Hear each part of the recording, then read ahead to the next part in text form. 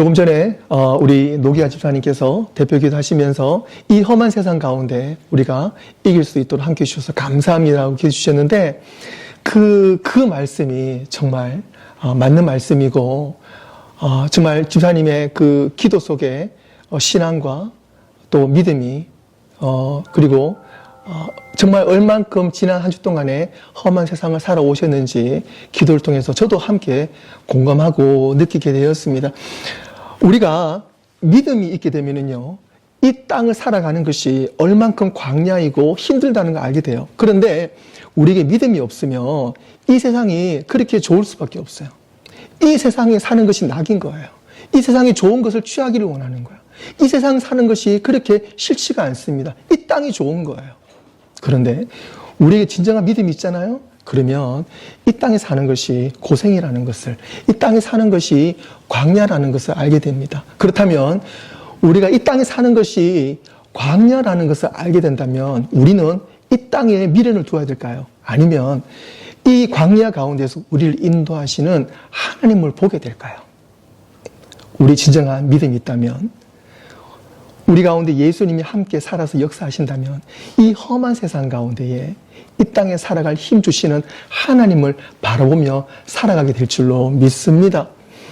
오늘 우리가 함께 본 말씀, 전도서 기자 솔로몬이 오늘 그 이야기를 하고 있어요. 전도서 말씀 우리 읽게 되면은요, 성경을 쭉 읽어 나가잖아요. 그러면 시편 말씀에서 은혜를 받고, 그리고 잠언으로 넘어가서 잠언 말씀에서 깨달음을 얻게 됩니다. 그리고 전도서를 넘어가게 돼요. 그런데 전도서를 읽으면은요, 사뭇 색깔이 달라집니다. 뭔가 좀 암울해요. 뭔가 좀 힘이 없고, 뭔가 좀, 어떤 희망이 없어요. 시편 대부분을 다윗이 썼잖아요. 그리고, 잠언에 많은 기자가 있지만 잠언의 또 대부분은 솔로몬이 썼습니다. 그런데 오늘 전도서는요, 전도서는 솔로몬이 썼어요.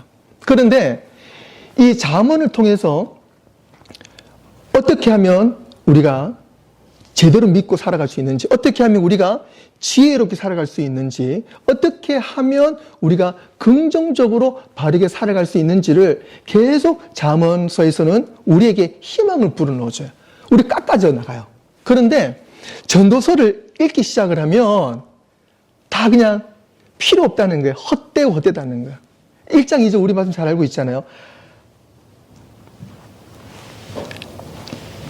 전도서 1장 2절에 보시면 이런 말이 있어요. 헛되고 헛되며 헛되고 헛되니 모든 것이 헛되다. 이렇게 계속 헛되다고 이야기 나가요.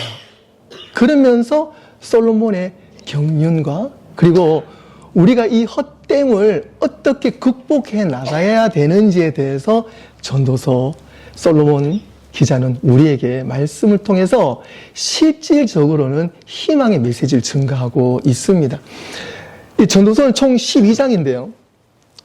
우리의 목적이 이끄는 삶 책을 우리가 읽기 시작을 하게 되면 그 목적이 이끄는 삶 가운데 전도서 이야기가 여러 번 나옵니다. 즉 어떤 연관성이 있냐면 우리가 하나님의 목적을 이루며 살아나갈 때에 전도서 기자가 무엇을 말씀하시는지 거기에 핵심 포인트가 있다는 거예요. 그렇다면 우리가 헛된 것을 안다면 헛되지 않는 것을 찾아야 되잖아요. 그것이 바로 하나님의 목적이라는 사실입니다.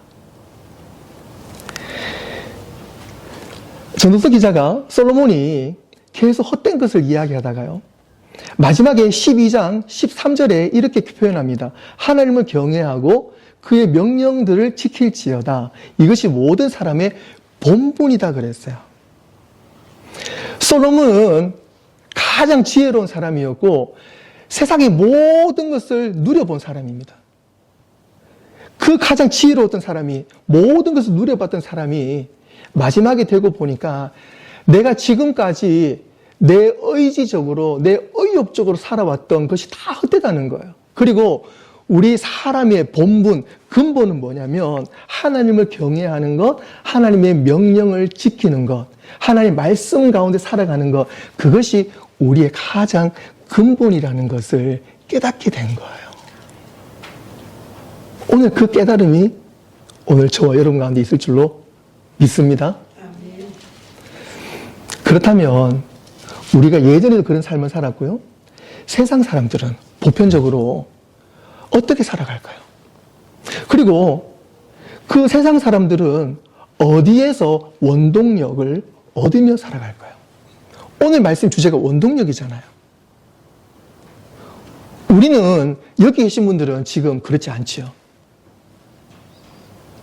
예전에 우리의 모습, 그리고 세상 사람들은 어디에서 원동력으로 살아갈까요? 이 원동력이라는 것이 우리에게 살아가는 어떤 그 에너지를 넣어주잖아요. 그런데 지난 시간을 돌이켜보면요, 우리는 참 헛된 것에서 원동력을 가지고 살아왔었습니다. 긍정적인 것만은 아니에요. 예를 들어요, 우리가 죄책감을 가지며 살아왔었어요. 그러니까 우리는 나의 실수, 타인의 실수, 나의 어떤 죄된 속성 가운데에 그것을 계속 없애보려고, 나의 죄를 계속 줄여보려고 우리는 그렇게 늘 속여가며 살아왔어요. 어떻게 하면 이 죄책감을 없애볼까? 그러니까 나의 과거의 실수와 나의 한심스러움, 나의 용서하지 못함을 계속 우리는 그것의 원동력을 삼아서 계속 내 스스로를 계속 깎아먹는 거예요. 그것이 답일까요? 세상 사람들은 그러한 내 속의 굴레에서 벗어나지 못하고 계속 죄책감 속에 살아가는 거예요. 어떻게 벗어날 수가 있을까요? 사도 바울은 로마서에서 이렇게 말합니다. 그러므로 이제 그리스도 예수 안에 있는 자에게는 결코 정죄함이 없나니 이는 그리스도 예수 안에 있는 생명의 성령의 법이, 예수 안에 있는 생명의 성령의 법이, 하나님의 말씀이 죄와 사망의 법에서 너를 해방하였습니다. 할렐루야. 결코 하나님의 말씀이 안에 들어가지 못하면요, 내가 오늘 이 하루를 살아갈 때 내가 어떻게 살아가야 되는지를 그 방향을 잡지 못하는 거예요. 어제 내 실수를 계속 만회해 보려고, 나의 어떤 죄책감을 계속 만회해 보려고, 나의 한심스러움과 나의 용서하지 못함과 타인에 대한 용서하지 못함 속에서, 그 원망 속에서 계속 허둥지둥 살아가는 거예요. 용서하지 못하는 거예요. 거기서 벗어나지 못하는 거예요. 그런데 오늘 성경 분명히 말씀해 주고 있습니다. 예수 그리스도 안에서 생명의 성령의 법이 너희를 해방하였습니다. 우리는 예수님 안에서 해방이 되었습니다. 할렐루야. 이것이 바로 하나님의 은혜입니다. 이것이 바로 우리에게는 예수님 믿는 원동력이 되는 거예요. 예수님 안에서 우리는 분명히 모든 죄에서 해방된 줄로 믿습니다. 두 번째는요, 사람들은요, 두려움에서 벗어나지를 못해요. 실패에 대한 두려움, 거절에 대한 두려움. 오늘은 어떻게 하면 내가 이 실패에서 내가 덜 실패할 수 있을까? 내가 이겨나갈 수 있을까? 거기에 대한 두려움이 있는 거예요. 타인의 시선에 대한 두려움도 있는 거예요. 거절에 대한 두려움도 있는 거예요. 어떻게 하면 내가 그러한 두려움에서 나를 지켜나갈 수 있을까? 거기에서 타의적으로 열심히 살아나가는 거예요. 남들 볼 때 내가 어떻게 살아나갈까? 거기에 대한 두려움에서 내가 극복하려고 노력을 하는 거예요. 열심히 운동도 하고, 그 다음에 열심히 자기 개발을 하는 거예요. 요한일서 4장 18절에 말씀하십니다. 사랑 안에 두려움이 없고 온전한 사랑이 두려움을 내어 쫓나니. 두려움에는 형벌이 있습니다. 두려워하는 자는 사랑 안에서 온전하지 못하느니라. 우리가 두려움을 가지게 되면요, 나 자신에 대한 두려움, 타인에 대한 두려움, 미래에 대한 두려움, 나의 상황에 대한 두려움을 가지게 되면 그것이 형벌과도 같다는 것입니다. 그것이 다른 데서 나에게 오는 그런 형벌이 아니라 내가 내 속에서 갇혀져 있는, 나를 가두어 버리는 그런 형벌 가운데 있다는 거예요. 거기서 우리 분명히 해방이 돼야 됩니다. 어떻게 돼야 됩니까? 예수님의 사랑 안에 들어가야 된다는 것입니다. 예수님의 사랑을 터치를 받아야 됩니다. 예수님의 사랑이 무엇입니까? 그것은 바로 예수 그리스도의 십자가의 사랑입니다. 예수님의 십자가를 바라보며 예수님의 십자가의 그 사랑을 내가 이 시간 경험할 때에, 그러니까 즉 예수님 안으로 내가 계속 들어가야 됩니다. 그래서 예수님의 사랑을 내가 경험을 할 때에 우리는 그 모든 두려움에서 해방이 될 줄로 믿습니다.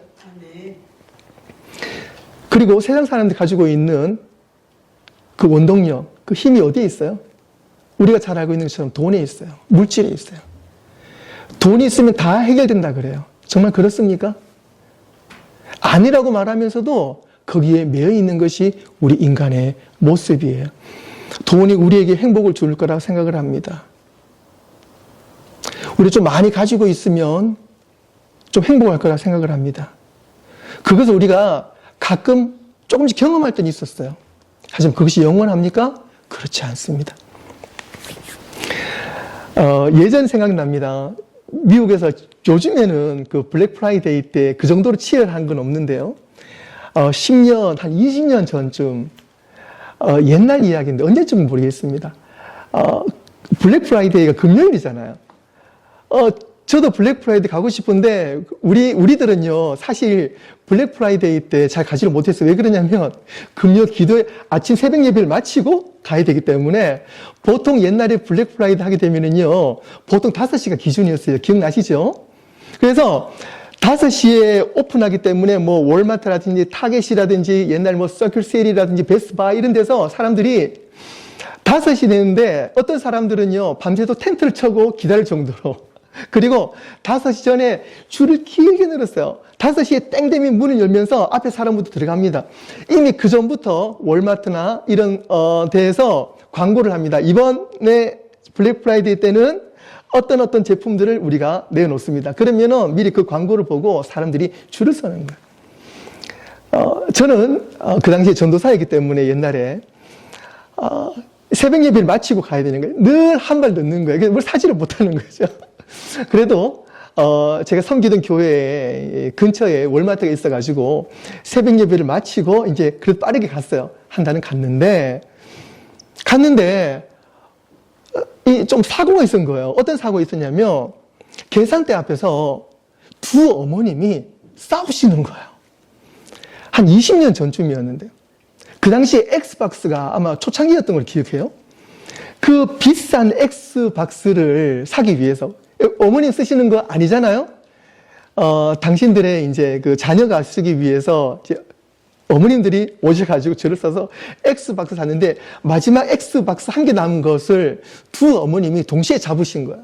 그래서 이것을 내 것이라고 계속 이제 실갱이를 벌이며 싸우시는 거예요. 그게 이제 그 당시에 보면서 좀 많이 좀 가슴이 아프고 좀 기억이 나요. 지금도 그게 기억이 나는데요. 그것을 그 비싼 엑스박스를 예를 들어 할프 프라이스에 사서 가지게 된다면 얼마나 행복하겠어요. 그 당시에 물론 행복하겠지요. 근데 그게 진정 행복일까요? 그래 싸워서 내가 가지고 취하는 게 그게 행복일까요? 그 단적인 예이지만 이런 어떤 우리의 삶의 모습이 사실 우리는 배어 있잖아요. 어떻게 하면 남들보다 좀 싸게 살까?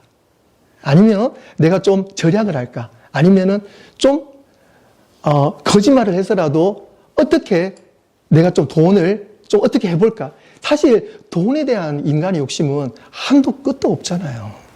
그런데 분명한 사실은 우리 크리스찬들은 절대적으로 돈에 대해서는 우리가 정말 승리해야 될 줄 믿습니다. 이 물질은요, 정말 무섭고요. 그리고 이 물질에 대해서 특별히 마태복음 6장 24절에서 분명히 선을 긋고 이야기하고 있잖아요. 한 사람이 두 주인을 섬기지 못할 것이니 혹 이를 미워하고 저를 사랑하거나 혹 이를 중히 여기고 저를 경히 여길 것임이니라. 너희가 하나님과 재물을 겸하여 섬기지 못하리라 라고 분명히 말씀해 주셨어요. 이게 무슨 이야기하냐면 하나님 제가 물질을 멀리하고 하나님 바라보겠습니다 라는 것도 중요하지만 더 확실한 게 있어요. 그게 뭐냐면 우리가 물질을 배제하기보다는요, 우리의 포커스를 온전히 하나님께로 맞추시길 바라요. 하나님께로 맞추시고 예수님 안으로 들어가게 되면 하나님께서 성령님의 도우심과 은혜로 우리에게 물질을 다룰 수 있는 지혜를 주실 줄로 믿습니다. 그것이 우리가 이 땅을 살아가는 지혜예요. 세상 사람들은 어떻게 하면 내가 돈을 많이 벌 수 있고 어떻게 하면 내가 모을 수 있을까라고 고민할 때에 그 돈에 대한 관심을 가지게 되면 자동으로 하나님은 멀어지게 되는 거예요. 하지만 우리의 포커스는 어떻게 하면 하나님의 이름을 높여드릴까라고 믿음으로 가게 되면 하나님은 더불어서 이 물질을 다스릴 수 있는 지혜를 주실 줄로 믿습니다. 그리고 사람들은 어디에 대해서 에너지를 가지고 있어요? 원동력을 가지고 있어요? 그것은 인정이에요. 타인에 대한 인정이에요. 어떻게 하면 내가 인정받을 수 있을까? 그게 원동력을 가지고 있는 거예요. 가슴 아픈 이야기입니다만은 우리가 이제 뉴스를 접하다 보면 스스로 목숨을 끊는 분들에 대해서 뉴스 나오잖아요. 그러니까 일반적인 사람은 사실 뉴스에 나오지 않지요.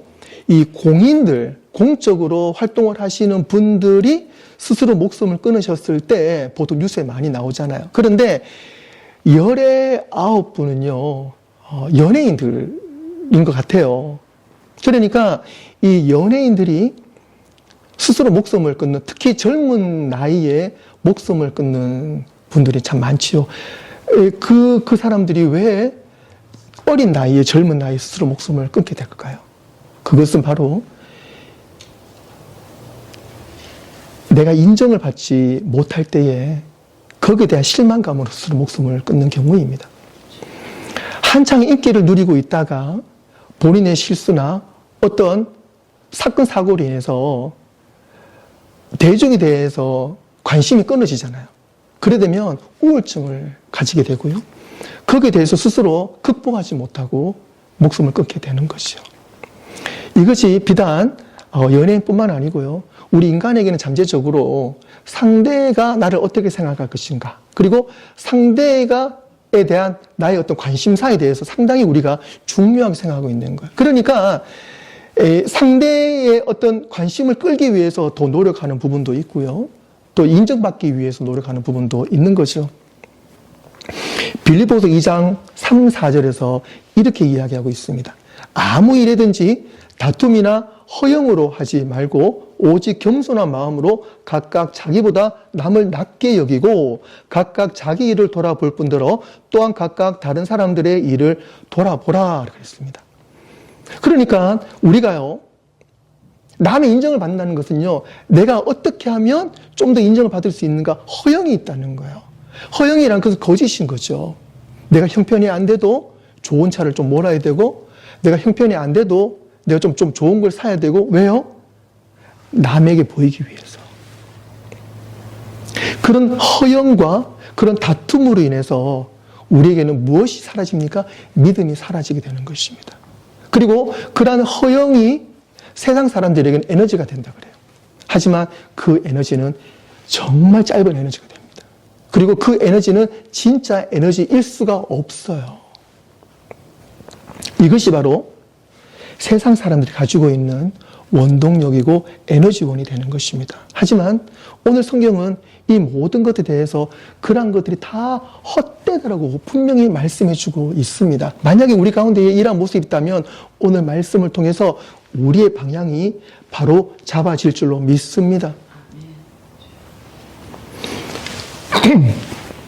오늘 말씀, 본문 말씀 다시 돌아가겠습니다. 오늘 말씀, 본문 4장 4절에서 말씀하십니다. 내가 또 본즉 사람이 모든 수고와 모든 재주로 말미암아 이웃에게 시기를 받으니. 오늘 성경 말씀 우리에게 말씀하신 주제가 시기예요.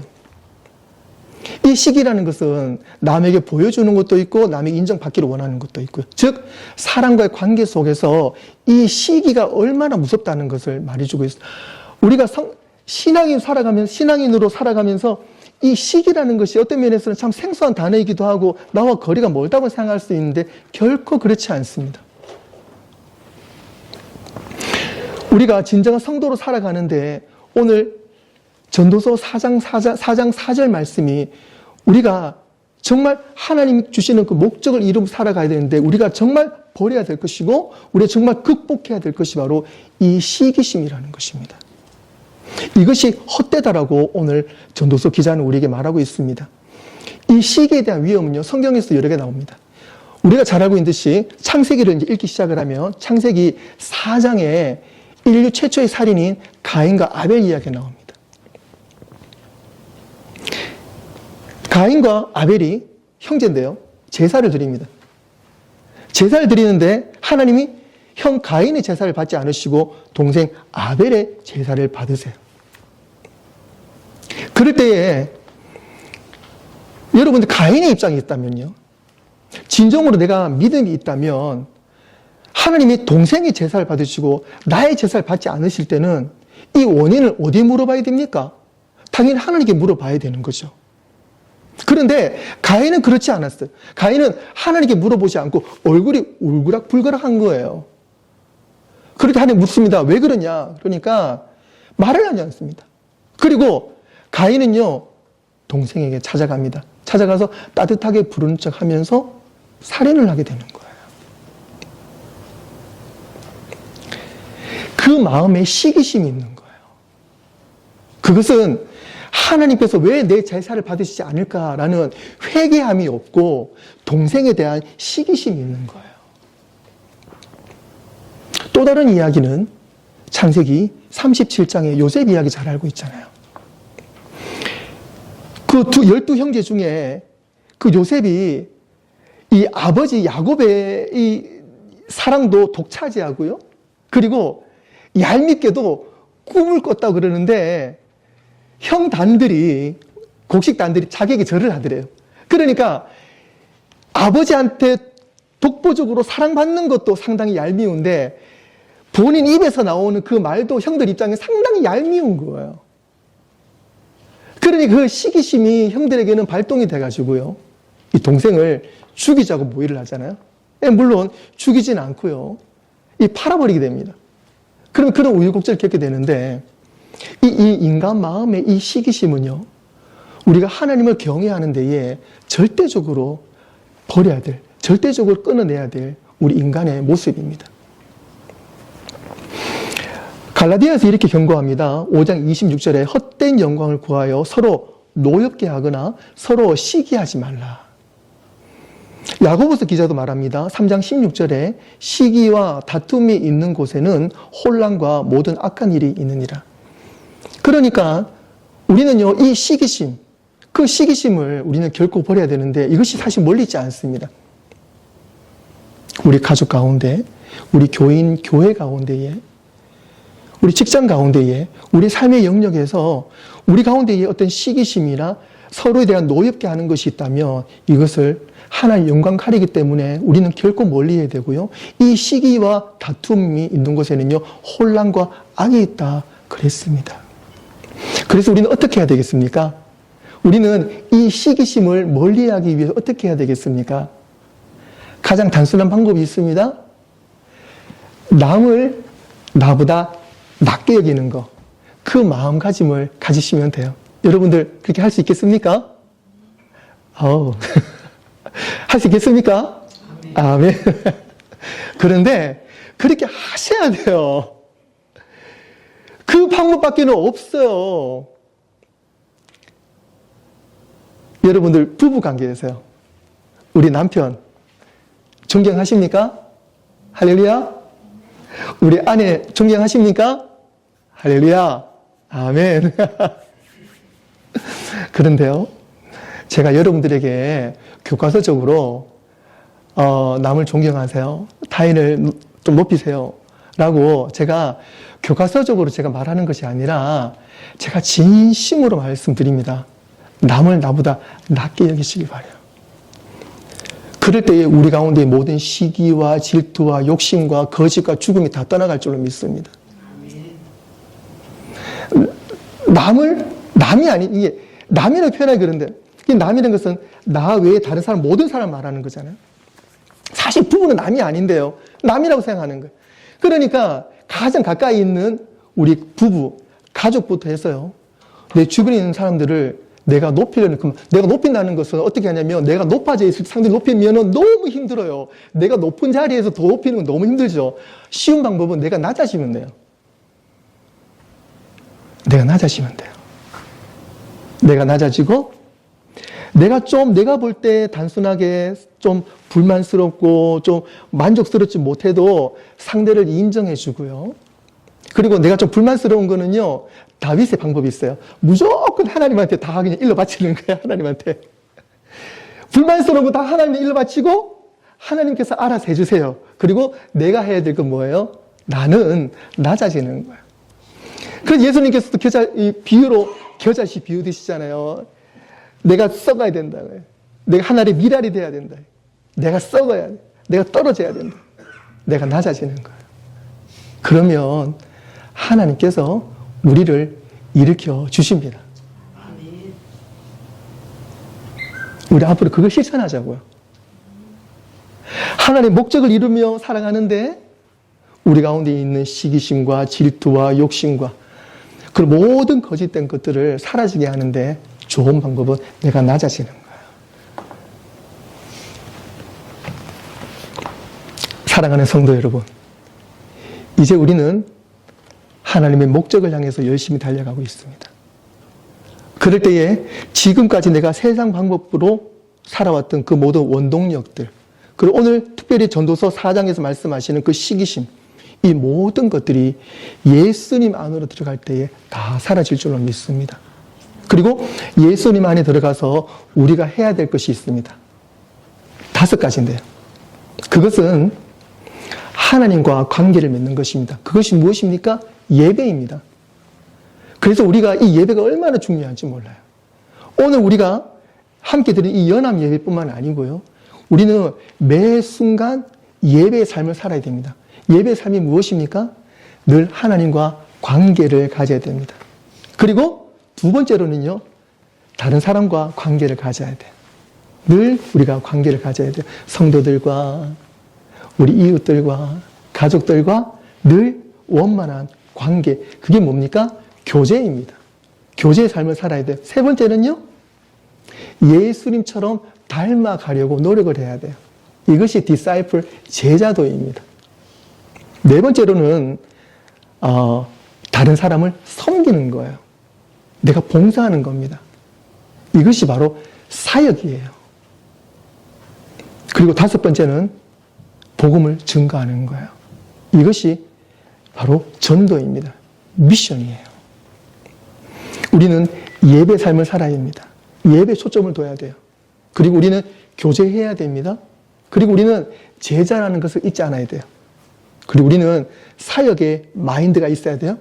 그리고 마지막 5번째로 우리는 늘 전도하는 삶을 살아야 될 줄로 믿습니다.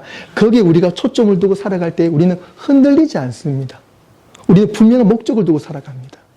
그리고 가장 부유한 자로 살아갈 수가 있습니다. 에베소서 2장 10절에서 말씀하십니다. 우리는 그가 만드신 바라 그리스도 예수 안에서 선한 일을 위하여 그리스도 예수 안에서 선한 일을 위하여 지으심을 받은 자니 이 일은 하나님이 전에 예비하사 우리도 그 가운데서 행하게 하려 하심이라. 골로새서 1장 10절 말씀하십니다.